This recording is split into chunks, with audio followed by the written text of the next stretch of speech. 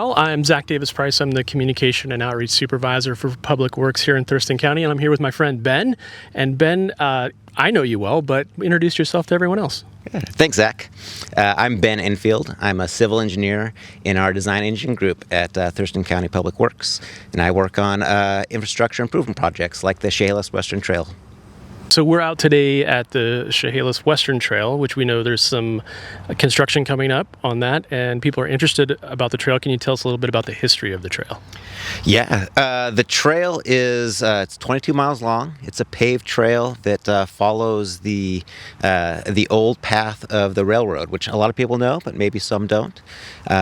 It goes from Woodard Bay in the north to near Vale. It connects with the Elm Tenino Trail, the Woodland Trail, so it really connects a lot of the county. What we've seen, a lot of roots growing through the trail. We can't, defend against every bit of nature, but what are some of the other things that we've seen in terms of the trail wear and tear?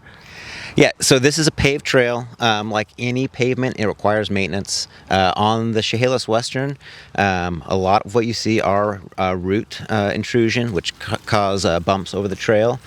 You also see some edge failures where at the edge of the trail, you may see the pavement kind of eroding, a little bit of a drop off. And we also just have some typical like pavement sinkage where some of the subbase under the trail might not be great. You'll see areas where you kind of have a little bit of a pothole or a depression. Makes it a little tougher for people riding their bike. Yeah, I would say running too. I have not the best ankles, so that'd be nice to have it all nice and smooth. So can you explain a little bit about the process of what we're going to be doing to make the trails better? Yeah. So if you use the trail, you may have seen that there's some white markings out on the trail right now. We've painted areas where there's root upheaval or there's edge failures. What we're going to do to improve it is all those areas where there's really some major issues, we'll go in, we'll excavate the trail, we'll fix the underlying problem.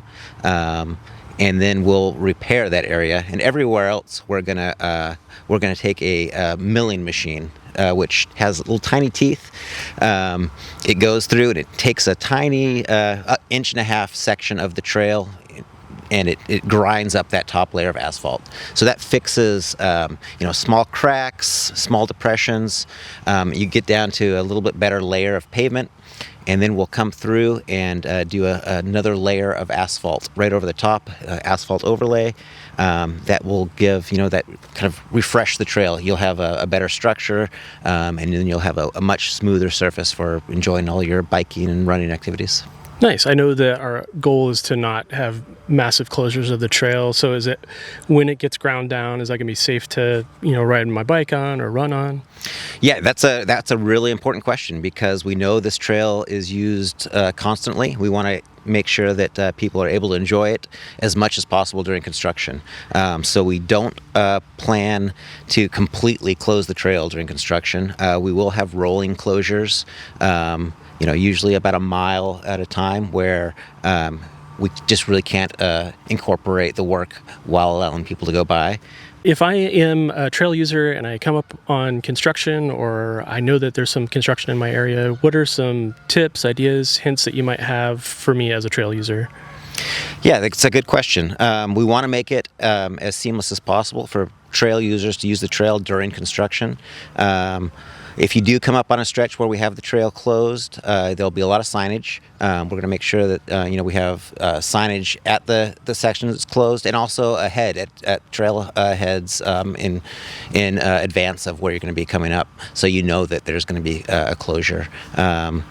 We don't have official detours for the closed sections. We don't want to put anybody in a dangerous situation where we route you to a road that doesn't have a safe sidewalk or a safe lane for bikes.